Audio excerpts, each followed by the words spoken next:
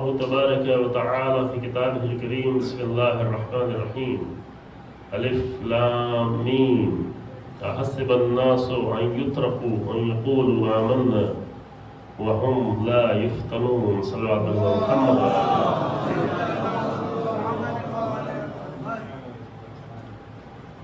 سورہ عنکبوت کی پہلی اور دوسری آیت تھی جو آپ کے سامنے پیش کی. البتہ اس سے پہلے میں اپنے برادر عزیز اظہر نام بتا رہے تھے کہ آپ کے پاس شاعری کا ہنر ہے، واقعاً صلاحیت ہے، آپ شاعری کریں. کیونکہ بہت ساری شاعری ایسی ہوتی ہے خالی لفظوں کو جوڑنا ہوتا ہے، بیچاروں کا وقت بھی بیکار جاتا ہے، خود بھی شاعری کرنے میں وقت جاتا ہے اور سننے والوں کو ہو جاتا ہے. لیکن آپ کے پاس الحمدللہ واقعاً صلاحیت ہے اور موضوعات کو وسیع کریں، تخیل کو حقیقت سے رابطہ دیں گہرائی کے ساتھ. موضوعات بہت وسیع ہیں، سماج کے موضوعات، توحید، رسول اللہ، ربیع الاول ہے، رسول اللہ کے لیے اچھی شاعری کی ضرورت ہے، کریں آپ. اور اہل بیت علیہ السلام کے بہت ہی حسین اور عظیم جو زندگی کے پہلو ہیں اس کو شاعری میں لانے کی کوشش کریں. انشاءاللہ آپ کی شاعری جو مفید ہو سماج کے لیے اور لوگوں کے لیے.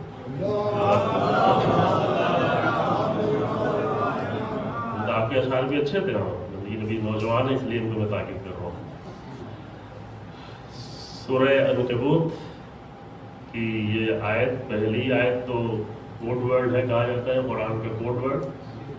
وہ الف لام میم جو سورہ بقرہ میں بھی آیا ہوا ہے، الگ الگ سوروں میں متعدد جگہوں پر الگ الگ یہ کوڈ ورڈز آئے ہوئے ہیں اور اس کے چند راز بھی بتائے گئے ہیں. لیکن اصلی نقطہ جو مفسرین نے بیان کیا ہے اور بڑے مفسرین نے جو بیان کیا ہے وہ یہ ہے کہ اب یہ کہ اللہ اور رسول اللہ کے درمیان میں کیا رابطہ ہے ان الفاظ سے، وہ راز کی باتیں ہیں. کوڈ کا مطلب یہ ہے کہ وہ راز کی باتیں ہیں. لیکن اس میں جو ہمارے لیے، چونکہ کوئی بھی چیز بغیر ہدایت کے قرآن میں نہیں ہے، قرآن کا موضوع ہدایت ہے تو قرآن کا کوئی بھی کلمہ ہدایت کے بغیر نہیں ہے. تو مفسرین نے اس کلمے میں جو نقطہ بیان کیا ہے، اس طرح کے کلمات جو ہیں اس میں، جس کو حروف مقطعات کہتے ہیں، اس کا نقطہ یہ بیان کیا ہے کہ ہمیں یہ بھی بتایا جا رہا ہے کہ یہ قرآن میں یہ عظیم الشان کتاب جو 1400 سال سے قرآن میں 4 جگہوں پر یہ دعویٰ کر رہی ہے کہ ایک سورے کا جواب لا دو، 10 سورے کا جواب لا دو، قرآن کا جواب لا دو، مل جل کے جواب لاؤ، انسان و جنات مل کے جواب لائیں، پچھلے زمانے کے عرب کی زبان کی بہارت رکھنے والے بھی جواب لائیں، آج کے زمانے کے 21ویں صدی کے لوگ اور بعد کی صدیاں اگر ہوں تو اس کے زمانے کے سب لوگ مل کر جواب لائیں، لیکن قرآن کا جواب کوئی نہیں لا سکا. اور وہ کتاب جس کا ابھی تک کوئی، اور یہ چیلنج ابھی تک باقی ہے، یوں نہیں کہ پہلے یہ رسول اللہ کے زمانے میں چیلنج تھا اور اب ختم ہو گیا، یہ نہیں ہے، آج بھی ہے. وہ جو قرآن کے دشمن ہیں، وہ جو قرآن کی مخالفت کرتے ہیں، سیدھی سی بات ہے، اگر تمہیں قرآن سے مشکل ہے تو قرآن آج بھی یہی چیلنج کر رہا ہے کہ آج بڑی ترقی کر گئے ہو، علمی ترقی ہو گئی ہے، زبان میں ترقی ہو گئی، سب مل کر آج بھی قرآن کے کسی ایک سورے کا جواب لا دو، سب مل کر. سب سے چھوٹا سا سورہ ہے 3 آیتوں کا، سورہ کوثر.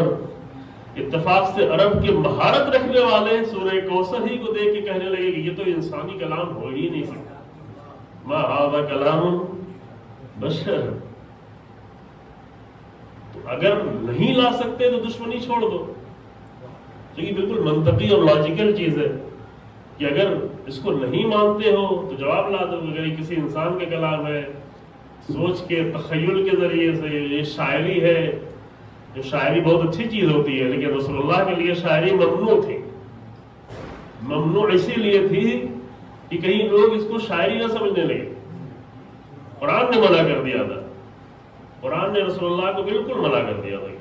اور رسول اللہ کی زبان میں کبھی کوئی شعر آتا بھی نہیں تھا. یوں نہیں تھا کہ رسول اللہ کو شعر معلوم نہیں تھے، عرب میں، عرب کی رگو پے میں شعر بسے ہوتے تھے. لیکن قرآن نے کہا وما علمناہ الشعر وما ينبغي له. صرف رسول اللہ کے شایان شان نہیں ہے کہ وہ شعر کریں، شعر پڑھیں، شعر کہیں.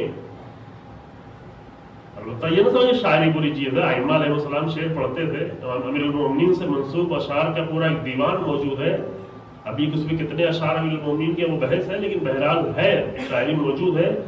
نہج البلاغہ میں متعدد جگہوں پہ امیر المومنین نے شعر سے استفادہ کیا اپنی بات کو پہنچانے کے لیے، دوسروں کے شعر سے بھی استفادہ کیا ہے، اس میں کوئی مشکل نہیں ہے، لیکن صرف اس لیے کہ قرآن پر ذرہ برابر بھی شاعری کا گمان نہ ہونے پائے، رسول اللہ کی زبان پہ کبھی شعر آیا ہی نہیں، اور قرآن نے بھی آگے کہہ دیا ہے وما علمناہ الشعر، ہم نے رسول اللہ کو شعر کا رابطہ نہیں پیدا کیا، نہیں یہ تعلیم الگ سے دی، وما ينبغي لہ، صرف رسول اللہ کے لیے مناسب نہیں تھا، ہے نا؟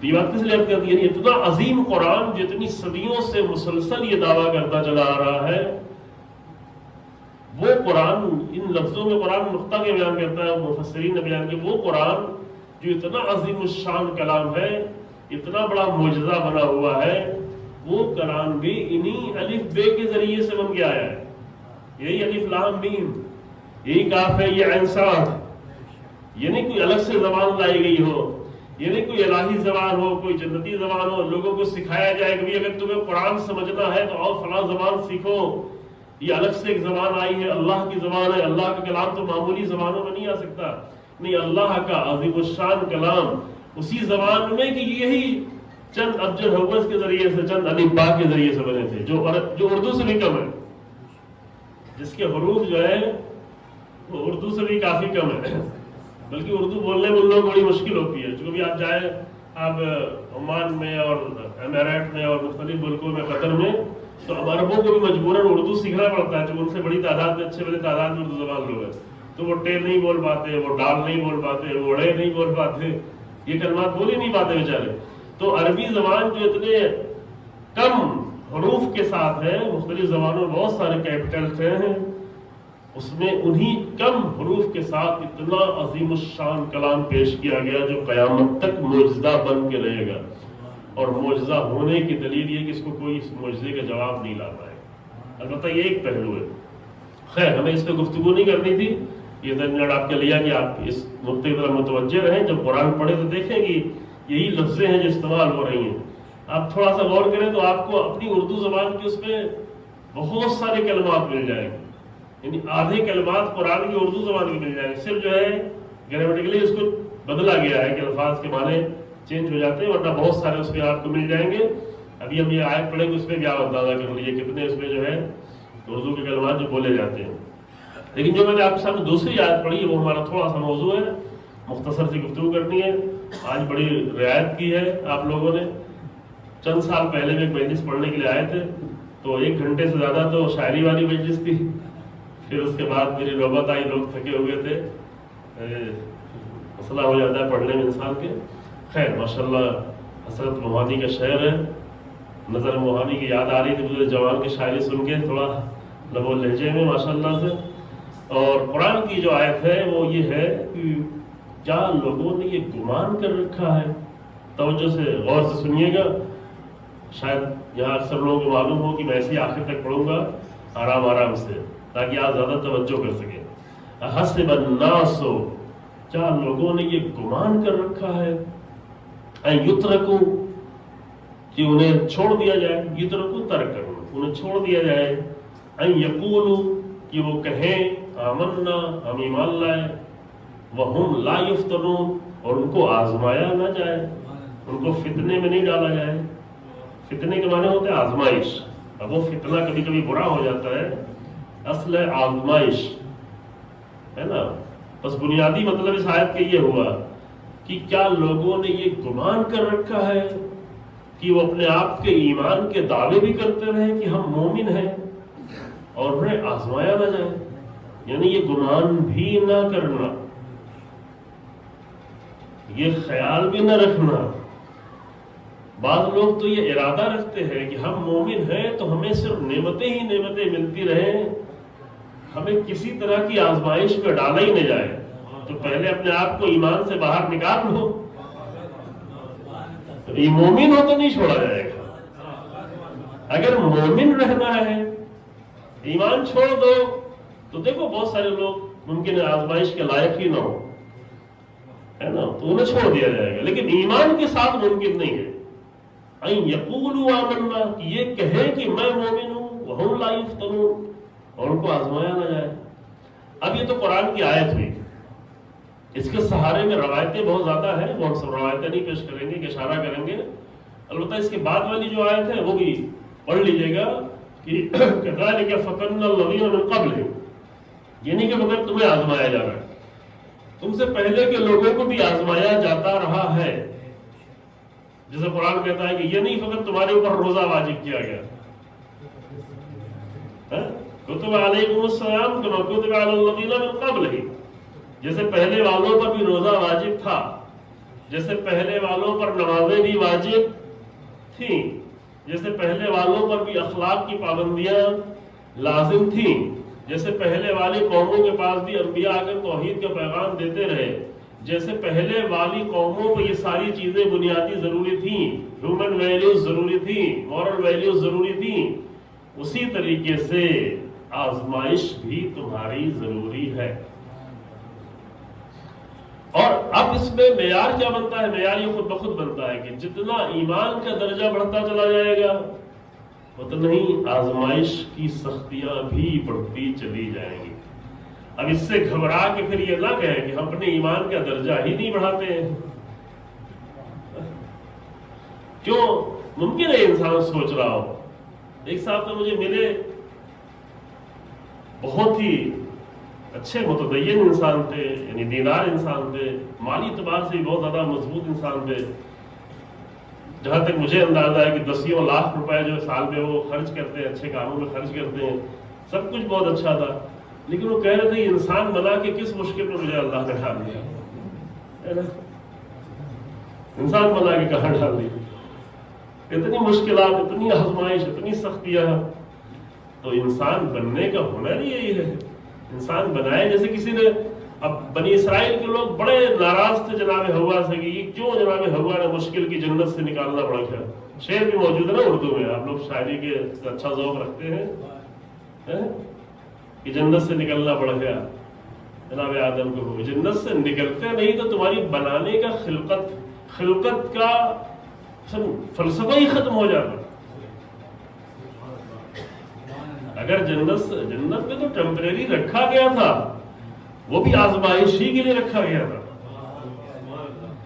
چونکہ یہ نہیں کہا گیا کہ میں ایک ایسی مخلوق بنانے والا ہوں جس کو جنت میں ڈالنے والا ہوں. یہ تو نہیں کہا قرآن نے. کیا کہا؟ یہ آیت تو سب کو معلوم ہے، انی جاعل فی الارض خلیفہ، میں زمین کے لیے بنانے جا رہا ہوں، میں بنانے والا ہوں. ہاں، اس زمین کو اگر تم نے جنت بنا دیا تو پھر آخرت کی جنت بھی تمہارے لیے ہے. یہ بھی انسان کیا ہوگا کہ زمین کو اپنی جنت بنا رہا ہے یا زمین کو جہنم بنا رہا ہے. یہ ہنر انسان کو خود اپنے اندر پیدا کرنا پڑے کہ کیا کر رہا ہے وہ، چاہے وہ انڈیویجولی طور پر اپنے اندر جہنم بناتا جا رہا ہے. اتنے گناہ، اتنے فساد، اتنی عیاریاں، اتنی مکاریاں، اتنا فریب، اتنا دھوکہ، اتنا لوٹ مار، یہ سب کچھ کیا بنتا جا رہا ہے؟ یہ سب اندر جہنم بنتے جا رہی ہے. ابھی سے بن رہی ہے، یہ نہیں کہ بعد ہو رہی. یہ میری اپنی بات نہیں ہے، قرآن کہتا ہے وہ لوگ جو مال یتیم کو کھاتے ہیں، یاکلون فی بطونہم نارا، یتیم کا مال کھانے والے اپنے بطن میں ابھی آگ کھا رہے ہیں، ابھی کھا رہے ہیں، دیکھ نہیں رہے، محسوس نہیں کر رہے. جیسے قرآن میں کہ پرندے اللہ کی تسبیح کرتے ہیں، چڑیا، جانور، حیوان، جو کچھ بھی زمین و آسمان میں خلق، یہ سب کا خلق ہے، ما فی السماوات و ما فی الارض، جو کچھ بھی زمین و آسمان میں ہے سب اللہ کی تسبیح کرتے ہیں. لیکن تمہیں نہیں معلوم، ان کی زبان تم نہیں سمجھتے، ان کا انداز تم نہیں سمجھتے، ان کے طریقے نہیں سمجھتے. اسی طریقے سے ممکن ہے کہ اب آگ کھا رہے ہوں، ہم کو لگتا کرے یہ تو یتیم بچہ تھا، اس کا کوئی سپورٹ کرنے والا نہیں تھا، یہ تو مقدمہ نہیں لڑ سکتا ہے، یہ تو کچھ کر نہیں سکتا ہے، تو چلو اچھا موقع ہے لے لیتے. نہیں، یاکلون فی بطونہم نارا، یہ ابھی سے شروع ہو چکا ہے. ابھی سے جہنم بھر رہے ہیں، ابھی سے اس کے اثرات بھی زندگی میں دکھنا شروع ہو جائیں گے، ابھی سے سکون چھنتا چلا جائے گا، ابھی سے ایمان جاتا نظر آئے گا، ابھی سے جو کچھ پہلے سے اکٹھا کیا تھا سب جل کے خاک ہو جائے گا، شرافتیں جل جائیں گی. بہت خوبصورت شعر تھا آخری والا ہے نا، بہت، البتہ سب تھے. بہت ایمان ختم ہو جائے گا، بہت سارے اعمال کا خزانہ اکٹھا کر کے رکھا تو وہ سب خاکستر ہو جائیں گے اسی جہنم میں. تو انسان کا ہنر یہ ہے کہ وہ اپنی زندگی کو، ابھی کی زندگی کو جنت بناتا چلا جائے، یہ جہنم بناتا چلا جائے. لیکن بنایا انسان اسی لیے گیا، اس زمین پر بھیجا گیا ہے. تو زمین پر بھیجا بھی کس لیے گیا ہے؟ زمین پر بھیجا گیا ہے آزمائش کے لیے. جو وہ مرحلے جو انسان طے کرے گا وہ آزمائش کے بغیر طے ہونے والے نہیں، کوئی بھی مقصد. اب ایک فلسفہ قرآن نے وہی تیسری آیت میں بیان کر دیا ہے، ایک بہت ہی ابتدائی فلسفہ ہے، اور بھی جگہوں میں قرآن میں بیان ہوا ہے کہ آزمائش کا بہت ہی ابتدائی فلسفہ یہ ہے کہ جان لے کہ سچا انسان ہے یا جھوٹا انسان. آزمائش میں انسان جانا جاتا ہے. اللہ جان لے، وہ اللہ کو معلوم ہے، اللہ اصل لوگوں کو بتانا چاہتا ہے کہ آزمائش کے ذریعے سے یہ جانا جائے، یہ پہچانا جائے کہ یہ انسان جھوٹا ہے یا انسان سچا ہے. کیوں؟ اس لیے کہ نارمل حالات میں تو سبھی ٹھیک ٹھاک دکھ رہے ہوتے ہیں. اگر اچھے حالات ہوں، سب کے پاس اچھی زمینیں ہوں، اچھی دولت ہو، اچھا پیسہ ہو، اچھے پراپرٹیز ہوں، اچھی انکم ہو، کوئی مشکل نہ ہو، زندگی میں کوئی پریشانی نہ ہو، زندگی میں کوئی خطرہ نہ آئے، تو کہے نہیں کیوں لڑائی ہوگی، کیوں جھگڑا ہوگا، کیوں بھائی بہن کے مسائل ہوں گے، کیوں اور دیگر مسائل. البتہ یہ ممکن ہے کہ 1% لوگ ایسے پیدا ہو جائیں کہ جو کسی حالت میں ان کا دل راضی نہیں ہوتا ہے، کسی طرح ان کے دل میں، ان کے نفس میں جو کیفیت ہے، جس کے لیے بھی دعا بھی کی ہے آپ کی خدمت میں، نماز عصر میں دعا کرتے ہیں کہ اللہم اعوذ بک من نفس لا تشبع، اے میرا اللہ میں پناہ مانگتا ہوں ایسے نفس سے کہ جو کبھی سیر نہیں ہوتا. سیر نہ ہونے والے میں کچھ ہے کہ اگر اسے ملک کا سب سے بڑا انسان بن جائے تو ملک کا کیوں، ایشیا کا بھی سب سے بڑا بننا چاہیے، ایشیا کا بھی سب سے بڑا انسان بن جائے، یعنی وہاں بڑا نہیں ہوتا. یہ ہماری زبان میں بڑا کہا جاتا ہے، جی ہاں، اسی زبان میں ہم بولنے لگے، ورنہ یہ بہت پست انسان، یہ بہت گھٹیا انسان ہے، یہ بہت چھوٹا انسان ہے جو دولت کے ذریعے سے اپنے آپ کو بڑا سمجھنے لگے. اور یہ صرف ہماری زبان میں ہے بھی، دنیا کی چند لینگویج سے ہمارا رابطہ رہا، اتنا مجھے معلوم تو نہیں ہے، لیکن لوگوں سے دنیا کی شاید کسی زبان میں پیسے والے انسان کو بڑا انسان نہیں کہا جاتا. یہ صرف ہماری اردو اور ہندی زبان میں پیسے والے کو بڑا انسان کہا جاتا ہے نا. اب انگریزی میں گریٹ کس کو کہتے ہیں؟ پیسے والے کہتے ہیں بڑا گریٹ انسان ہے یہ، کہتے ہیں کسی کو؟ نہیں کہیں گے کبھی. اب فارسی میں جا کے نہیں کہیں گے کہ انسان بزرگ. انسان بزرگ کس کو کہتے ہیں؟ امام خمینی کہتے ہیں انسان بزرگ. امام خمینی کے پاس کتنا پیسہ تھا؟ جب وہ طالب علم تھے تب تو تھوڑا ٹھیک ٹھاک تھا بھی، طالب علم کے زمانے میں گھر بھی تھوڑا بڑا سا ہے، میں لوگ جا کے دیکھتے ہیں. جب وہ پورے عالم اسلام کے اتنے عظیم رہبر بن کے آئے تو ان کا مکان کیا تھا؟ کرائے ایک مکان، تو ایسے چھوٹے چھوٹے کمرے کہ بس پیر پھیلا لے تو ختم کمرہ، موجود ہے ابھی، وہ بھی کرائے گا. تو انسان بزرگ آیت اللہ جواد عاملی کو کہا جاتا ہے انسان بزرگ.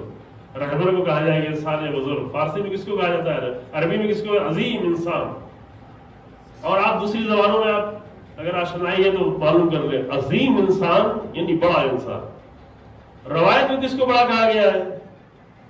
چلے ابھی مطلب آگے عرض کرتے ہیں. حدیثوں میں کس کو بڑا کہا گیا؟ بہت ساری روایتیں الگ الگ ہیں، لیکن ایک حدیث ابھی میرے سامنے ہے، وہ جو اللہ کے لیے علم سیکھے اور اللہ کے لیے علم کو سکھائے. اب علم سیکھنا سکھانا سن کے پھر آپ لوگ جو ہے امامہ نہ دیکھنے لگے، یہ تو طالب علموں والی بات ہو گئی، یہ تو حوضے والی بات ہو گئی، ہم لوگ نہیں ہیں. نہ یہ بالکل نہیں. علم یعنی علم، کوئی بھی علم ہو لیکن انسان کی نیت بڑی ہو، وہ اللہ کے لیے، نیت ہو الہی، نیت ہو بلند. آپ کالج میں پڑھ رہے ہیں، یونیورسٹی میں پڑھ رہے ہیں، کھیت کے علم ہو، کسانی کے علم ہو، زراعت کے علم ہو، پڑھے بھی نہ ہو لیکن علم تو ہے، لیکن اس علم میں نیت انسان کی بڑی ہو. اتفاق سے زراعت کے لیے روایتیں بہت زیادہ ہیں، اور شاید اس کا راز یہ ہے کہ جتنا زیادہ اللہ کے لطف و کرم پر ایک کسان کی توجہ ہوتی ہے دوسروں کی نہیں ہوتی. وہ کھیت میں دانے ڈال کے بھی دیکھتا ہے بادل کدھر ہے, زمین کو آمادہ کرتا ہے تو بھی اللہ کی رحمت کو دیکھ رہا ہوتا ہے. زمین جب آمادہ نہیں ہوتی تو بھی دیکھ رہا تھا کب رحمت آئے گی. فصل جب بڑی ہونے لگتی تو بھی دیکھتا کب آئے گی کب نہیں آئے گی. تو کسان کی توجہ تو وہ بھی علم ہے, علم ہے. تو جس کے پاس بھی جو علم ہو, اور اتفاق سے اسی دعا میں جو بھی آپ نے پڑھی ہے نماز عصر کے بعد کی تعقیبات میں سے خوبصورت دعا ہے. شیخ حتوسی رحمۃ اللہ علیہ نے اس کو نقل کیا, اس کے بعد سے نقل ہوتی ہوئی آئی ہے. بہت خوبصورت دعا ہے. اسی میں آخر میں ایک جملہ یہ لکھی وَمِنْ عِلْمٍ لَا يَنْفَعُ, اور اے میرے اللہ ہم پناہ مانگتے ہیں, یا اعوذ بکا سے پورا شروع سے, اللہم انی اعوذ بکا من علم لا ينفع, اے میرے اللہ ایسے علم سے پناہ مانگتے ہیں جو فائدے مند نہ ہو. تو کیا یہ دعا جو ہے فقط مولویوں کے لیے ہے؟ دعا تو سب کے لیے ہے نا. علم بھی سب کے پاس ہے, سب کے پاس کچھ نہ کچھ علم ہے. اصل مسئلہ ہے بعض کبھی کبھی ایسے انسان دکھائی پڑتے ہیں کہ علم بہت مختصر ہے لیکن جتنا علم ہے اس پر پابندی سے عمل کرتے ہیں, بہت ہی پابندی سے. یہ بہت ہی حسین ہوتا ہے. ایک صاحب مجھے ملے, ان کو یہ علم تھا کہ واش روم جانے کے پہلے ٹوپی لگا لینا چاہیے. ہے روایت بھی ہے, اس کی فضا پہلے زمانے میں تھوڑا زیادہ گندی تھی, ابھی تھوڑا صاف ستھرا رکھتے ہیں لوگ, گندے لوگ ابھی بھی گندا رکھتے ہیں, تو وہ دماغ پر اور اس پر جو تھوڑا انسان کے اثر کم ہو. تو یہ ممکن ہی نہیں تھا کہ وہ واش روم جائے لیکن سر پر ٹوپی نہ لگائے. اور بڑھاپے میں جو ہے ان کی مینٹلی اعتبار سے تھوڑا بہت کمزور ہو گئے, تو ٹوپی نہیں دکھ رہی تھی, ادھر ادھر دیکھا کوئی کپڑا کھینچ کے سر پہ رکھ کے جا رہے ہیں. پوچھے تھے بھائی آپ جانماز سر پہ رکھے ہوئے جا رہے ہیں, ٹھہرے آپ کو سر ٹوپی نہیں ملی تو کچھ بھی سر پہ رکھ کے. تو وہ مسئلہ ہے نہیں ہے کہ ٹوپی رکھنا یا نہ رکھنا, یہ اتنا بڑا مسئلہ نہیں ہے. لیکن یہ مسئلہ بہت اہم ہے کہ انسان کو اگر کسی چیز کا علم ہے تو اس کا پابند ہے. یہ بہت بڑی بات ہے, اصل نقطہ یہی ہے. اور اگر علم ہو اور اس کا پابند نہیں ہو انسان, تو چاہے سر پہ کتنا بھی بڑا امامہ آ جائے, چاہے کتنا ہی قیمتی لباس کیوں نہ ہو, چاہے زبان کتنی زیادہ اچھی کیوں نہ چل رہی ہو, وہ کس میں شمار ہوگا؟ اس کا شمار ہو جائے گا اس فہرست میں عالم بلا عمل. اب یہاں پہ آپ لوگ خوش نہ ہوں گے, عالم بلا عمل جو ہے مولویوں کے لیے ہے نہیں. جب علم سب کے لیے ہے تو عالم بلا عمل بھی سب کے لیے. یعنی جس کو جتنا علم ہو اگر اس پر وہ عمل نہیں کر پا رہا ہے تو یہی انسان عالم بلا عمل. اب پھر کوئی وہی مرحلے میں آ جائے, کوئی کہے پھر زیادہ علم ہی نہیں لینا چاہیے کیونکہ زیادہ علم لیں گے تو پھر زیادہ عمل کرنا پڑے گا. تو یہ ایسی بات ہوئے کہ ہمیں انسان ہی نہیں بننا چاہیے تھا, ہمیں انسانیت کے درجات ہی نہیں چاہتے. ہم بڑے بڑے انسانوں کے فضائل آگے بیان کرتے ہیں لیکن ہمیں کچھ بھی بڑا انسان نہیں بننا ہے. تو یہ بڑے انسان جو لوگ بنتے ہیں, بننے کا راز کیا ہے؟ بننے کا ایک راز ہے آزمائش. سمجھ رہے ہیں؟ یعنی بڑا انسان بننے کے ایک بہت ہی اہم راز. سمجھ رہے ہیں؟ تو آزمائش کو لوگ نگاہ سے دیکھتے ہیں, آخر مجھے کیوں اللہ نے آزما لیا, مجھے کیوں اتنی مشکل میں ڈال دیا, میرا باپ میری بچپنے میں کیوں مر گیا, میں یتیم کیوں ہو گیا. یہ سوالات اٹھتے ہیں اور یہ نہیں جانتے کہ دنیا کے کامیاب ترین انسانوں میں سب سے بڑی فہرست یتیموں کی ہے, اور دنیا کے جو سب سے عظیم انسان ہے اس کو اللہ نے بچپن ہی میں یتیم کر دیا. تو ان مرحلوں سے گزارنا تھا.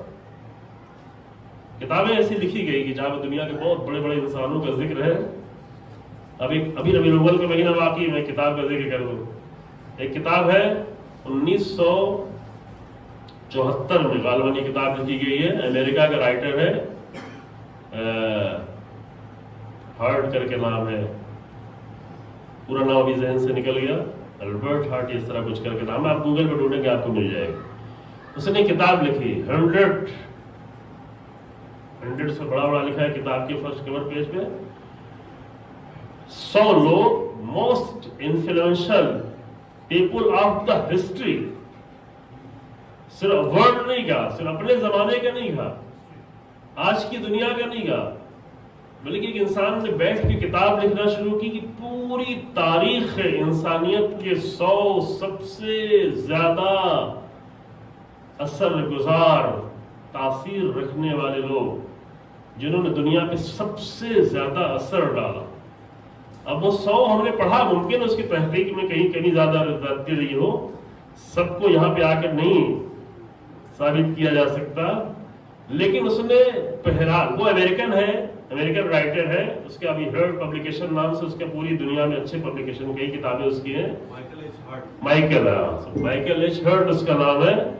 اس کی کتابیں چھپتی ہیں، بڑی تعداد میں چھپتی ہے. ہم نے اس کو بہت پہلے، شاید 22-23 سال پہلے فارسی میں کتاب پڑھی تھی، لیکن انگریزی میں یہ کتاب موجود ہے اور کئی ساری زبانوں میں.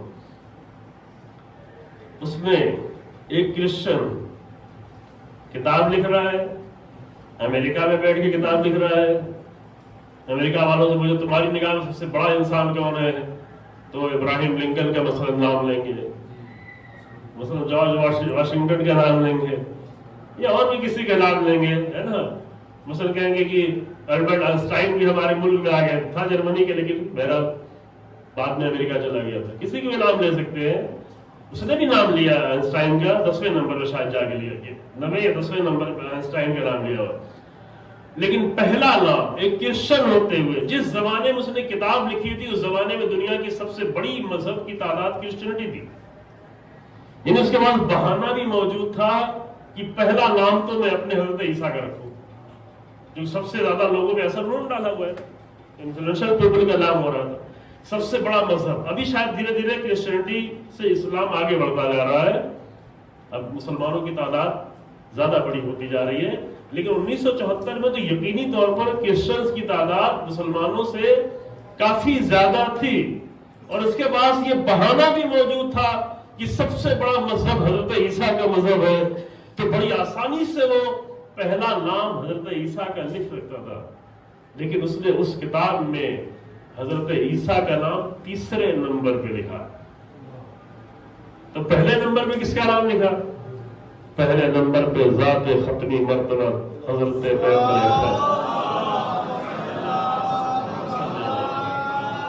محمد مصطفیٰ صلی اللہ علیہ وآلہ وسلم.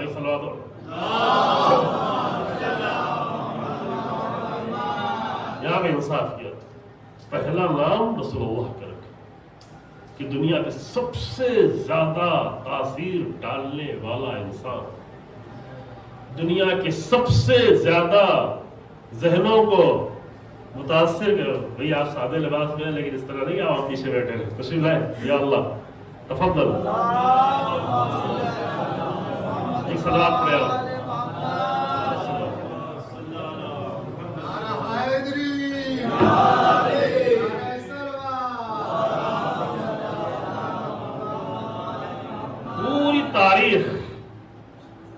پوری تاریخ ہسٹری کا انسانوں کے ذہن پر، انسانوں کے شعور پر، انسانوں کے دین پر، انسانوں کی سوچ پر، انسانوں کی سوچ کو تبدیل کرنے میں، سوچ تو آسانی سے تبدیل نہیں ہوتی، سب سے زیادہ اگر کسی انسان نے اثر ڈالا ہے تو وہ رسول اللہ کی ذات ہے. یہ میں ایک مسلمان ہو کے نہیں کہہ رہا ہوں، یہ ایک مولوی یا ایک عالم نہیں کہہ رہا ہے، یہ ایک کرسچن کہہ رہا ہے، اپنی تحقیق کے مطابق کر رہا ہے. تحقیق سے جو بھی راستے میں بات ہو رہی تھی ہم لوگوں کی، کسی انسان کی بات ہو رہی تھی، عام طور سے ہم لوگ تو رسمی مسلمان ہیں، خاندانی مسلمان ہیں.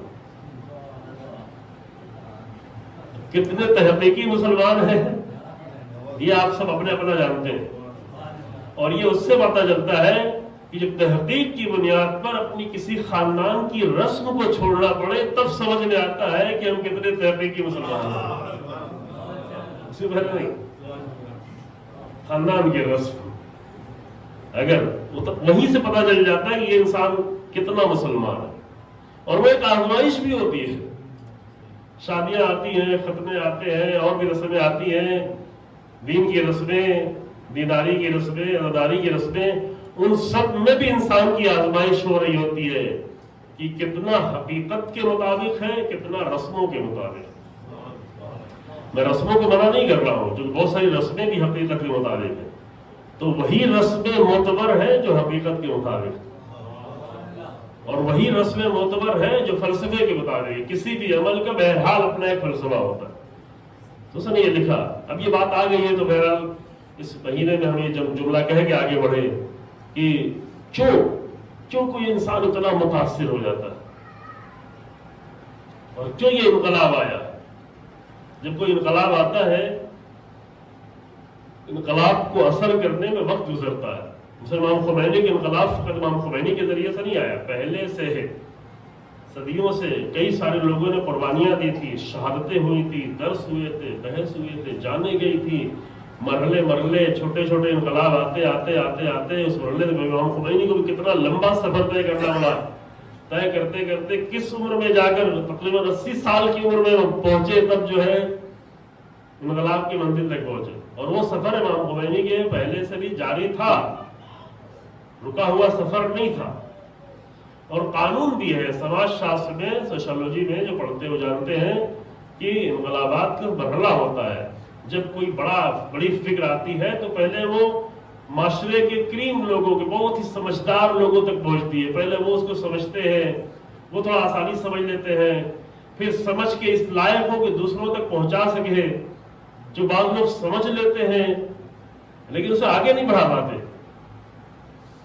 صرف سمجھنے کی حد تک ہے, حتیٰ اپنی زندگی میں آگے نہیں بڑھا پاتے, صرف ذہن سے سمجھتے ہیں, عمل کے میدان میں لا نہیں پاتے.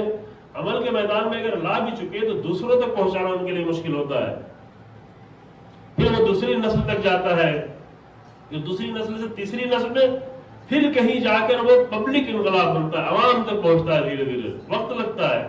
آپ فرانس کے انقلاب دیکھ لیں, آپ روس کے انقلاب دیکھ لیں, آپ اس طرح کے دوسرے انقلابات کی تاریخ پڑھ لیں, وقت لگتا ہے بڑی تبدیلیاں آنے میں, یوں ہی نہیں ہو جاتا ہے. لیکن رسول اللہ نے کتنے دنوں میں انقلاب پیدا کیا, کیا تاثیر تھی. اور وہ بھی اگر پڑھے لکھے لوگ ہوں, اگر سمجھدار لوگ ہوں, اگر لاجک رکھنے والے لوگ ہوں, تو ان کے اندر انقلاب لانا آسان ہوتا ہے. وہ کسی بات کو جلدی سمجھ لیتے ہیں, کسی بات کو جلدی اس کو اپنے دل میں اتار لیتے ہیں, کسی بات کو جلدی اثر لے لیتے ہیں. جو علم کا فائدہ ہوتا ہے, لاجک کا فائدہ ہوتا ہے, عقل کا فائدہ ہوتا ہے. لیکن عرب جیسا کلچر, جاہلیت, کوئی بھی لاجک نہیں, کوئی بھی نالج نہیں, کوئی بھی علم نہیں, کچھ بھی نہیں. سب سے بڑا ان کا علم کیا تھا؟ سب سے بڑا علم یہ تھا کہ وہ نسلوں کے بارے میں بڑا جانتے تھے. کون کس کا بیٹا, کس کا دادا, فلاں نسل فلاں نسل, یہ خاندان وہ خاندان, کس سے شادی ہوئی, کہاں گیا, کون سا قبیلہ بنا.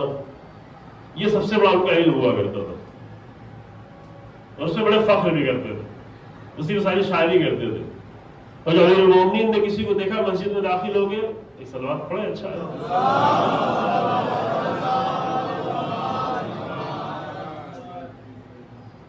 دیکھا ایک آدمی بیٹھا ہوا, لوگ اس کے پاس اکٹھا ہے, بھیڑ لگائے ہوئے سن رہے ہیں, کہیں کیا کر رہا ہے. کہا کہ یہ علم الانصاب کو ماہر ہے, زبردست مہارت رکھتا ہے, خاندانوں کے بارے میں سب کو بتاتا ہے.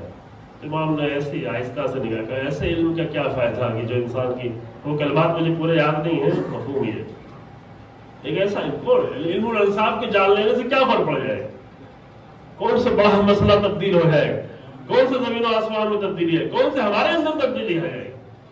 ممکن ہے خدا نہ خواستہ برعکس تبدیلی آ جائے کہ اگر یہ پتہ چل جائے کہ 10 نسلوں میں بڑے بڑے لوگ گزرے ہیں تو کہیں مغرور نہ ہو جائے, کہیں متکبر نہ ہو جائے, کہیں خود پسند نہ ہو جائے. کون سی بڑی اچھی تبدیلی آنے والی. تو ایسا علم کچھ نہیں ہے جو انسان کی زندگی میں کوئی بہت زیادہ فرق لانے والا ہے. لیکن رسول اللہ کے ذریعے سے کون سے انقلاب آیا, میں بحث نہیں کروں گا اسے, پھر وہاں تھوڑا سا ہمیں پلٹنا ہے اور اپنے وقت مجلس کو تمام کرنا ہے.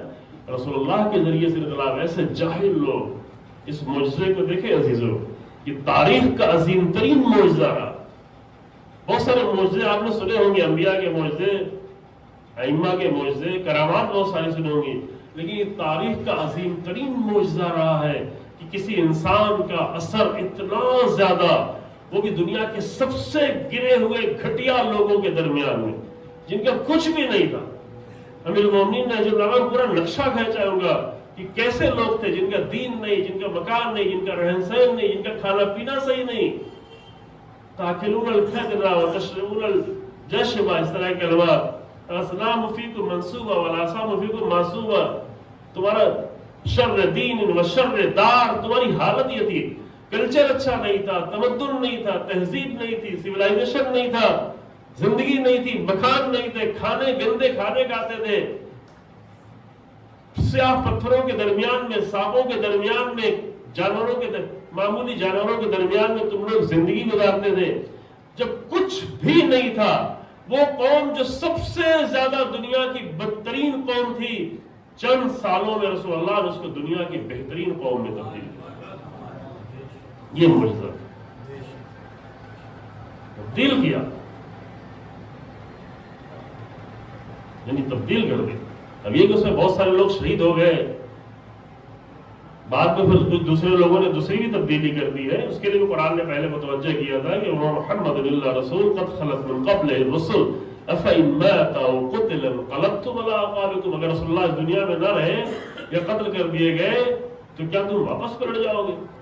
تو وہ انقلاب اسے بھی کہتے ہیں، انقلبتم۔ قرآن میں ایک ہی آیت میں دو مرتبہ انقلاب کا کلمہ، انقلبتم على أعقابكم ومن ينقلب على عقبيه فلن يضر الله شيئا، کیا تم پلٹ جاؤ گے؟ یہ بھی پلٹنا ہوا، یہ بھی انقلاب ہوا، یہ بھی تبدیلی ہوئی، وہ بھی تبدیلی ہوئی جو رسول اللہ کے بعد تبدیلی ہوئی، وہ بھی انقلاب تھا، لیکن وہ آگے بڑھنے والا انقلاب نہیں تھا، وہ پیچھے جانے والا انقلاب۔ ضرور انقلاب قہقرائی، یعنی آگے بڑھ کے پیچھے ہٹ جانا، یہ بدترین انقلاب ہے۔ یہ چاہے سماج میں ہو، چاہے کسی ملک میں ہو، چاہے کسی بستی میں ہو، چاہے کسی انسان کے اندر ہو، کہ ایک انسان آگے بڑھ کے پھر پیچھے ہٹ جائے، یہ بدترین انقلاب ہے، انسان کی زندگی کا بدترین انقلاب ہے کہ آگے بڑھ کر پیچھے ہٹ جائے۔ مثلا ماہ محرم آیا ہے، اتنا حسین ابن علی سلام اللہ علیہ کا ذکر کیا ہے، بہت ساری ویلوز کربلا کی سیکھی ہے، سمجھے ہیں، آگے بڑھے ہیں، اور یہ سب کچھ کر کے آگے بڑھے اور پھر نور بھی لوگ بلائے، پھر بالکل پیچھے آنا شروع ہو جائے۔ یہ انقلاب قہقرائی ہے، آگے بڑھ کے پیچھے آنا، آگے جا کر پیچھے آنا، عشق میں، محبت میں، جذبے میں، شوق میں، شوق شہادت پیدا ہو جاتا ہے۔ یام عذاب انسان کو آتا ہے، ایک میراث ہے حسین ابن علی کی، وہ سارے شوق کی منزلیں طے کرنے کے بعد اور انسان پھر پیچھے آنا شروع ہو جائے۔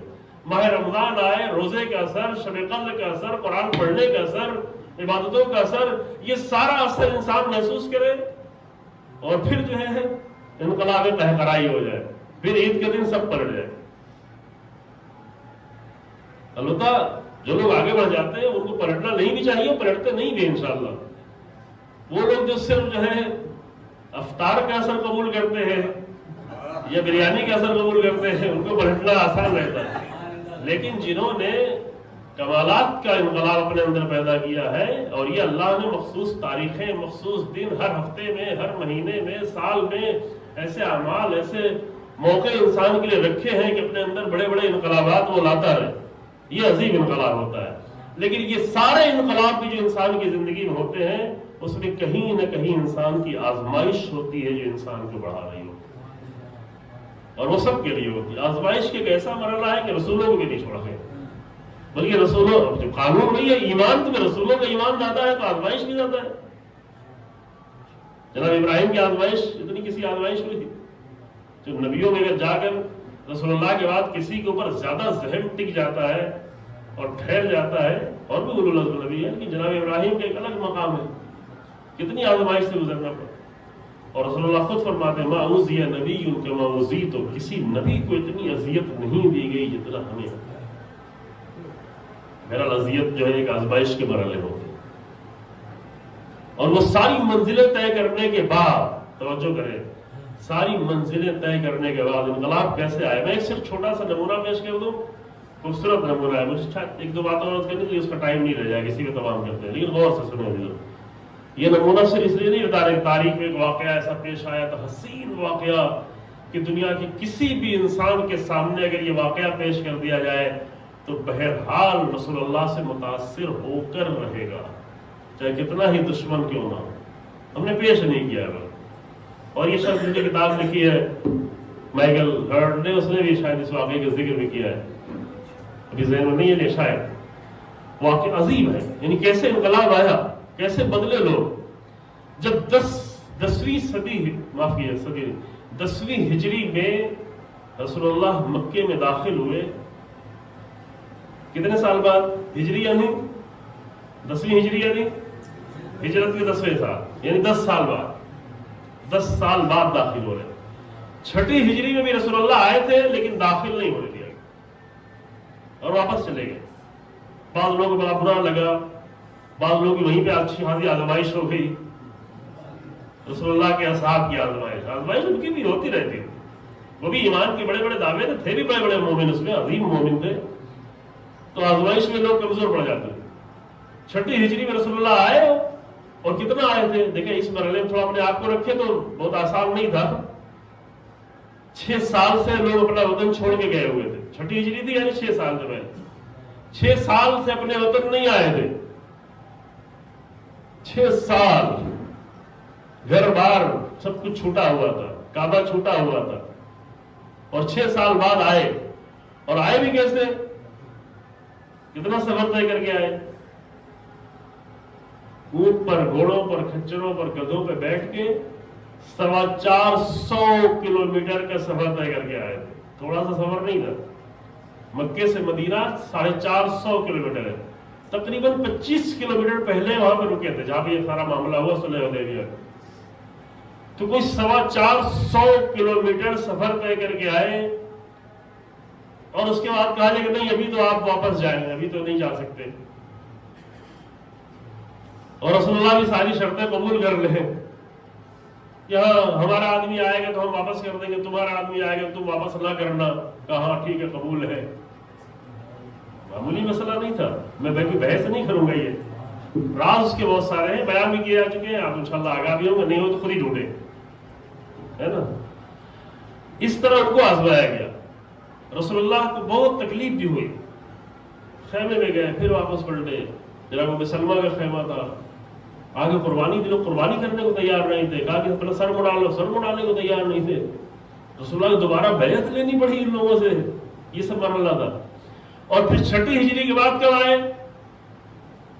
10ویں ہجری، وقت نہیں رہ گیا، کب رہ گیا میں جلدی تمام کرتا ہوں، 10ویں ہجری میں آئے، مکے میں داخل ہو رہے ہیں۔ 6ٹھی ہجری میں ان کو جانے نہیں دیا گیا، زیارت کو نہیں کرنے دی گئی، ایک عمرہ بھی نہیں کرنے دیا گیا، ایک دن کے لیے بھی نہیں جانے گے، عمرہ ایک دن میں ہو جاتا، بعد میں 3 دن کے لیے موقع ملا لیکن ہو جاتا، بیچ میں مطلب گئے عمرہ کرنے کے، لیکن 10ویں ہجری میں آئے، کامیاب ہو کر آئے، ہاں سوری معاف کیجیے گا، 8ویں ہجری، مکہ 8ویں ہجری، فتح مکہ ماہ رمضان 8ویں ہجری میں داخل ہوئے، اور پھر کیا ہوا؟ 21 سال کا پرانی 21 سال کی پرانی دشمنی، یہ معمولی دشمنی ہے، 21 سالہ، 13 سال مکے میں اور پھر 8 سال مدینے میں، 21 سال کی دشمنی جنہوں نے کی ہو، جنہوں نے جناب حمزہ کو شہید کیا ہو، جنہوں نے رسول اللہ کے عظیم اصحاب کو شہید کیا ہو، جنگ بدر میں 14 لوگ، جنگ احد میں 70 لوگ، معمولی لوگ نہیں شہید ہو گئے تھے، بہت ہی عظیم اصحاب شہید ہو گئے تھے، ایسے لوگ کہ جنہوں نے آگے انقلاب پیدا کر دیا تھا، ایسے لوگ شہید، ایسے لوگ جناب حمزہ کا سینہ چاک کیا گیا، پیٹ چاک کیا گیا، کلیجہ نکال لیا گیا، یہ سب کچھ ہوا، اللہ اکبر۔ اور 21 سالہ دشمنی کے بعد رسول اللہ اسی مکے میں داخل ہو رہے ہیں جو 21 سال سے بار بار جنگیں کر رہے تھے، حملے کر رہے تھے، شہید کر رہے تھے، جان لے رہے تھے، معاہدہ کر کے معاہدے توڑ رہے تھے، ایسے بڑے بڑے لشکر لے کے آئے تھے، جو دشمن نہیں تھے ان کو دشمن بنا کے لائے تھے، مدینہ کے لوگ جن سے معاہدہ کیا ان کو بھی دشمن بنا دیا تھا، ایسے لوگوں کے ساتھ رسول اللہ پھر جب 8ویں ہجری میں پہنچے ہیں مکے میں، تو یہ اصحاب نے اپنے نارمل فطرت کے مطابق کہنا شروع کر دیا، جو ہم لوگ بھی سوچ یہ ہو سکتی ہے کہ الیوم یوم الملحمہ، آج انتقام کے دن ہے، آج گردنیں کٹنے کے دن ہے، آج ہاتھ پیر کٹنے کے دن، لہم سے گوشت، آج سارا انتقام لیا جائے گا. اور بہت سارے لوگ ہوتے یہی کہہ رہے ہوتے الیوم یوم الملحمہ، لیکن رسول اللہ کے کانوں سے آواز ٹکرائی. رسول اللہ نے آواز دی کہ نہیں، یہ نعرے بند کریں، بلکہ اس نعرے کے بدلے میں یہ نعرہ لگائے الیوم یوم المرحمہ. آج رحمت کا دن ہے، آج معاف کر دینے کا دن ہے، آج کرم کا دن ہے، آج انتقام کا دن نہیں ہے، آج سختیوں کو معاف کر دینے. کون انسان جو اس واقعے کو سنے میں متاثر نہیں ہو؟ یہ انقلاب تھا. رسول اللہ ان سب کو مار سکتے تھے، اتنے بڑے لشکر کے ساتھ آئے تھے، لڑنے کی ضرورت نہیں. 2-4 لوگ تھوڑا لڑنے کے لیے پھر بھاگے وہ لوگ بھی.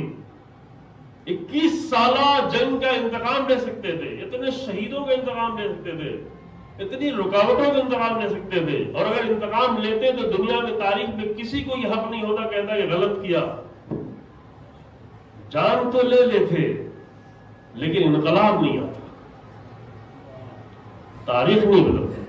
بعض لوگ اس کے باوجود بھی نہیں بدلے، عمر اللہ رہا. بعض لوگ رسول اللہ نے پورے جنگ میں مال غنیمت دے دیا پھر بھی نہیں بدلے. کیونکہ جو انسان اچھی تبدیلیاں اپنی زندگی میں نہیں چاہتا ہے تو رسول اللہ کے سارے لطف کے بعد بھی وہ نہیں بدلے گا. تو ابو سفیان ہی رہا. ظاہر بدل گیا، چہرے کو بدل لیا، لیکن اندر سے کوئی بھی تبدیلی نہیں ہے، بلکہ نفرتیں اور بڑھتی چلی گئی. تو یہ انسان کا ہنر ہے کہ وہ اتنے سارے لطف دیکھنے کے بعد بھی اپنے آپ کو بدل پاتا ہے یا بدل نہیں پاتا. اور یہ سب کچھ اللہ انسان کو آزمائشوں میں ڈالتا رہتا ہے. آزمائشوں میں بہرحال انسان بدلتا ہے، لیکن کیسا بدلتا ہے؟ ہارا ہوا بدلا انسان یا کامیاب انسان؟ جتنی بھی دنیا کی کامیابی کا سفر لوگوں نے طے کیا ہے وہ آزمائشوں سے طے کیا ہے. بس اب آخری جملہ کہتے ہو، تمام کرتے ہیں عزیزوں، کہ وہ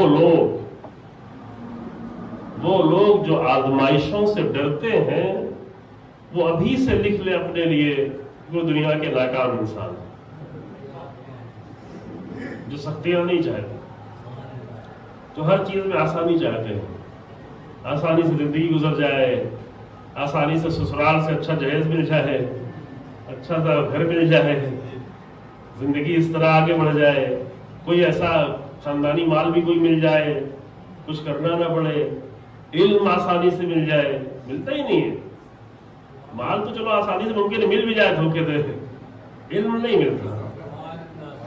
کمالات انسان کو آسانی سے نہیں ملتے. تو جو لوگ زندگی میں کامیاب ہونا چاہتے ہیں وہ آج ہی سے طے کر لیں کہ وہ امتحانات میں خود اپنے آپ کو ڈالیں گے. وہ فرار کرنے والے لوگ الگ ہیں، امتحان سے فرار کرنے والے لوگ، سختیوں سے فرار کرنے والے لوگ. کہ لوگ کیا کہیں گے؟ بعض لوگ دین کی ساری حقیقتوں کو جانتے ہوئے بیان نہیں کرتے کہ بیان کر دیں گے تو لوگ ناراض ہو جائیں گے. عوام الناس کی آزمائش، لوگوں کی آزمائش میں ڈالنے سے اپنے آپ کو بچتے ہیں، فرار کرتے ہیں، ایک جملہ بھی زبان سے لانے سے ڈرتے ہیں. تو آزمائش کے بغیر کمالات نہیں ملتے. یہ فیصلہ حسین ابن علی بھی کر سکتے تھے کہ مدینے میں رہے. لوگ مشورہ بھی دے رہے تھے مدینے میں مشکل ہے تو یمن کی پہاڑیوں میں چلے جائیں، یہی مشورہ دے رہے تھے. مدینے میں رہنا مشکل ہے تو مکے میں جا کے رہے، اور مکے میں آ گئے تو مکہ چھوڑ کر نہ جائیں. مکے میں کوئی کچھ نہیں کر سکتا آپ کا. اگر مکے میں بھی خطرہ محسوس ہو رہا ہے تو کہیں کنارے چلے جائیں. لیکن حسین ابن علی خود مقتل کے راستے کو طے کر رہے تھے. آزمائش کا راستہ ہے جس نے آج صرف حسین ابن علی نہیں، آج حبیب نے مظاہر کا بھی مقام ہے. آج ظاہرتین بھی اس مقام پر ہیں. کیوں؟ اس لیے حسین ابن علی نے سب کو آزمائش میں ڈالا، سب کو یہ منزل طے کر مجبور نہیں کیا، آزمائش میں ڈالا. شب عاشور تک آزمائش میں ڈالتے رہے. یہ نہیں کہ یہ تو بڑے بڑے اچھے چاہنے والے ہیں، امام نے وہاں پر آ کر ایموشنل خطبہ تقریر نہیں کی کہ اس مشکل وقت میں تم لوگ کہیں نہیں جانا، میں رسول اللہ کا نواسا ہوں، میں زہرا کا فرزند ہوں، میں بہت تنہا ہوں، میں بہت اکیلا ہوں۔ اگر یہ کہتے تو شہید تو رہتے وہ لوگ، لیکن وہ مقام سمجھ میں نہیں آتا۔ ہم سب کو سمجھ، اللہ کے نزدیک کیا مقام تو اللہ جانتا، وہ مقامات ہم نہیں سمجھ سکتے تھے۔ اور تاریخ بھی یہی کہتی کہ حسین ابن علی کے ساتھ تھوڑے سے لوگ آئے تھے، اس لیے مجبوراً ان کو رکنا پڑا کہ تنہا چھوڑ کے کہاں جاتے۔ لیکن شب عاشور میں حسین ابن علی نے انہیں آزمائش میں ڈالا۔ وہ آزمائش تھی جو حبیب کے مقام کو بلند کر رہی، وہ آزمائش تھی جو ابوالفضل عباس کے مقام کو بلند کر رہی، چونکہ اس آزمائش کا حصہ سب تھے، حتیٰ ابوالفضل جواب، چونکہ جواب میں عام طور سے ابوالفضل عباس جواب نہیں پایا جاتا، سب سے پہلا جواب ابوالفضل عباس ہی نے دیا، بعد میں زہیر قین اور دیگر اصحاب اور سب نے دیا۔ یعنی مخاطب سب تھے کہ کوئی بھی جائے، یہ صرف میری جان چاہتے ہیں کہ کوئی بھی جائے۔ اللہ اکبر، سب کی آزمائش، لیکن سب سے بڑی آزمائش چھوڑ کر چلے گئے حسین ابن علی اپنی عزیز بہن کے لیے۔ ایک مرحومہ کی سال سوال کی مجلس سے خدا رحمتیں کرے، نازل فرمائے مرحومہ پر، ایک عظیم آزمائش کے منزل میں سب کچھ دکھا کر، سب کچھ بتا کر، وصیتیں کر کے، تسلی دے کر، قلب زینب کو عظیم بنا کر، حسین ابن علی کی تربیت گاہ میں سب تھے، حسین ابن علی سب کو عظیم بنا رہے تھے۔ حسین ابن علی سلام اللہ علیہ اللہ کی طرف سے اس آزمائش میں ڈال کے سب کے مقامات کو بلند کر رہے تھے۔ آج وہ مقام نہیں ہوتا، ٹھیک ہے علی کی بیٹی، فاطمہ کی بیٹی، رسول اللہ کی نواسی، بہت ہی عظیم درجہ تھا، بہت ہی پاک و پاکیزہ، لیکن اگر اس آزمائش میں نہیں ڈالی گئی ہوتی تو آج وہ مقام نہیں ہوتا۔ وہ مقامات ہیں ہی اسی لیے، اور اس آزمائش کو اس طرح قبول کیا بیوی نے۔ میں ایک روایت سے پڑھتا ہوں مصائب کے طور پر عزیزوں، پہلے پڑھ چکا ہوں، یہاں پہ نہیں، اور جگہوں پہ بعض لوگوں نے سنی ہے، لیکن معتبر کتابوں میں ہے۔ امام سید سجاد علیہ السلام سے روایت ہے، خود امام سے یہ روایت ہے، کربلا کے واقعات میں کچھ روایتیں ہیں جو امام سید سجاد علیہ امام یہ بیان کرتے ہیں کہ شب عاشور میں میرے بابا مقتل کا معائنہ کرنے گئے، مقتل میں تشریف لے گئے، میری بیماری کا سفر، میں بیمار ہو چکا تھا، میری پھوپھی اماں میرے خیمے میں بیٹھ کر میری عیادت کر رہی تھی، جناب زینب کا خیمہ بھی امام حسین کے خیمے سے نزدیک تھا، امام سید سجاد کے خیمہ بھی امام حسین کے خیمے سے ملحق تھا۔ خیموں کا انداز یہ تھا، اندر سے راستے بھی تھے موجود، اور مقتل کا معائنہ کر کے میرے بابا واپس پلٹے تو زبان پر کچھ اشعار پڑھ رہے تھے جو عام طور سے ایسا نہیں ہوتا، یعنی ائمہ کی زبان سے یوں نہیں ہوتا جیسے ہم لوگ بعض لوگ کبھی تنہائی ہوتے شعر پڑھتے رہتے ہیں، گنگناتے رہتے ہیں۔ ائمہ کی زندگی میں ایسا کہیں اور نہیں نظر آتا کہ یوں ہی شعر پڑھ رہے ہوں۔ ائمہ عام طور سے ذکر پروردگار کرتے تھے، عبادت میں ہوتے تھے، کسی نہ کسی شعر نہیں پڑھ رہے ہوتے تھے۔ لیکن حسین ابن علی تنہا اپنے خیمے میں داخل ہوئے، اور خیمے میں داخل ہونے کے بعد شعر پڑھ رہے تھے، یا دہر اف لک من خلیل کم لکھا بالاشراق والاسیر۔ 3 شعر نقل ہوئے، امام وہی شعر 2-3 بار امام نے پڑھا روایت میں۔ اے زمانے واہ ہو تجھ پر کہ تو نے اپنے کتنے ساتھیوں کو ختم کر دیا، کسی کو صبح میں، کسی کو شام میں، اور دوسرے شعر میں پھر تو قالی بھی نہیں ہوتا، لا یقنع بالبدیل، اور تیسرا شعر یہ تک انما الامر الی الجلیل کل حی سالک سبیل۔ ہر زندہ انسان کو یہ سفر طے ہی کرنا ہے۔ یعنی کیا ہے؟ یعنی کل جو سفر طے ہونے والا ہے، شہادت کا سفر، کل حی سالک سبیل، یہ سبیل، یہ راستہ، ہر زندہ کو یہ راستہ طے کرنا، انما الامر الی الجلیل، اور یہ سب کچھ تو اللہ کے اختیار میں۔ موت و حیات اللہ کی قدرت میں ہے. یہ نارمل سا شعر پڑھ رہے تھے حسین ابن علی کیونکہ کل کا مقتل یاد آ رہا تھا. حسین ابن علی کو کل کی شہادتیں یاد آ رہی تھی. اب یہ نہیں معلوم کہ اپنی شہادت یاد آ رہی تھی, اپنے جوان کی شہادت آ رہی تھی, اپنے 6 فتات بھائیوں کی شہادت یاد آ رہی تھی. لیکن بہرحال مقتل حسین کی نظروں کے سامنے سجا ہوا تھا. اس کو دیکھ کر حسین ابن علی یہ شعر پڑھ رہے تھے. امام سید سجاد فرماتے ہیں کہ میں نے بھی یہ شعر سنے, میرا گلا رونے لگا, میرا دل بھر آیا, لیکن میں نے اپنے آپ کو سنبھالا, نہیں روئے. بابا سے اشعار سنے لیکن سنبھالا.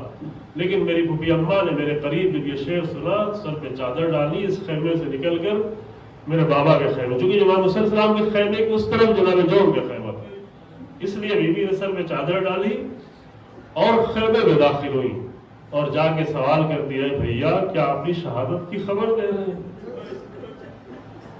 ہمیں پوری روایت کی کلمات سارا نہیں پیش کر رہا ہوں, مفہوم پیش کر رہا ہوں. بھیا آپ اپنی شہادت کی خبر دے رہے ہیں.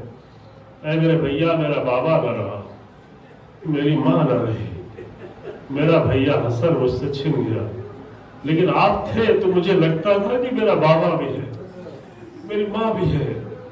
ایسے بھائی ہوتے ہیں, خدا کرے کہ ایسے بھائی اور دنیا میں ہو کہ جن کے ہوتے ہوئے سب کچھ لگ رہا ہو, لیکن کون دنیا میں کس کو ایسا بھائی ملے گا جیسا بھائی جناب زینب کو ملا تھا. کہ کوئی کمی کا احساس ہی نہیں تھا. حتیٰ امیر المومنین کی کمی کا احساس نہیں کر رہی تھی بیٹی, چونکہ حسین جیسا بھائی موجود تھا. امام حسن کی کمی کا احساس نہیں کر رہی تھی کیونکہ حسین جیسا بھائی موجود تھا. اے میرے بھیا, آج مجھے لگ رہا ہے کہ میں اپنے بابا سے بچھڑ جاؤں گی, میں اپنی ماں سے بچھڑ جاؤں گی, میں اپنے بھیا حسن سے بچھڑ جاؤں گی. یہ جملے متعدد بیوی کہہ رہی تھی اور یہ انتظار کر رہی تھی کہ میرا بھیا مجھے بتائے گا. شعر میں کہیں واضح طور پہ امام نے نہیں کہا تھا میں شہید ہونے والا ہوں. بعد میں امام نے ایک جملہ کہا, چھوٹا سا جملہ, وہ بھی اشارے میں فرمایا کہ لو ترک القنا لنام, قنا چھوٹا سا پرندہ, اگر پرندے کو چھوڑ دیا جائے تو وہ جا کے اپنے آشیانے میں سو جائے گا. یعنی امام نے اشارے میں یہ بتایا کہ اب مجھے چھوڑا نہیں جائے گا. اے میری بہن, میری شہادت کا وقت قریب آ گیا ہے.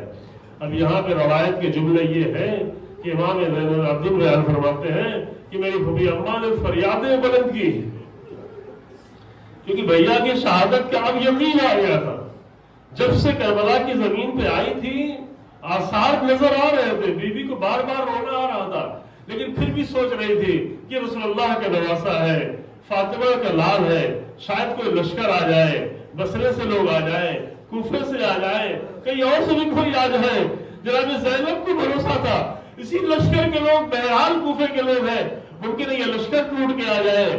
زینب بار بار امید کر رہی تھی کوئی لشکر آئے, کوئی ساتھی آئے, کوئی بھروسہ ہو, لیکن شب عاشور میں سارے بھروسے ٹوٹ چکے تھے. اور بھروسے اگر کچھ ہوتے بھی تو حسین ابن علی نے خود ہی فرما دیا کہ اے میری بہن, اب مجھے چھوڑا نہیں جائے گا. تو اب بالکل یقینی مسئلہ ہو گیا تھا کہ اب میرا بھیا بچنے والا نہیں ہے. تو یہاں جناب زینب نے فریادیں بلند کی. روایت میں یہاں تک کہ بیوی کو غش آ گیا. بس مجھے یہی جملہ عرض کرنا تھا عزیزو کہ شب عاشور میں جناب زینب نے بھائی کی شہادت کی اشاروں میں خبر سنی تھی تو اتنا فریاد بلند کی کہ بیوی کو غش آ گیا. لیکن وہی بیوی جب امتحان کی منزل میں لا کے رکھی گئی اور جب اسے ذمہ داریاں عطا کی گئی تو وہی بیوی اپنی نگاہوں سے بھائی کے گلے پہ خنجر چلتا دیکھتی رہی, وہی بیوی خیمے جلتے دیکھتی رہی, وہی بیوی اپنے بھائی کی لاش پہ گھوڑے دوڑتے دیکھتی رہی. لیکن زینب کو وش نہیں آیا. خیمے جلتے رہے, بیوی کو وش نہیں آیا. بچے ہر شہید ہوتے رہے, بیوی کو وش نہیں آیا. کوفہ و شام کے بازار میں لوگ نیزے میں بھائی کا سر دیکھا, لیکن زینب کو وش نہیں آیا کیونکہ یہ بیوی وہ تھی جو امتحان کی منزلیں طے کر رہی تھی اور صبر کے جوہر دکھا رہی. انا للہ و انا الیہ راجعون. سيعلم الذين ظلموا أي منقلب ينقلبون. ربنا تقبل منا إنك أنت السميع العليم. بحق محمد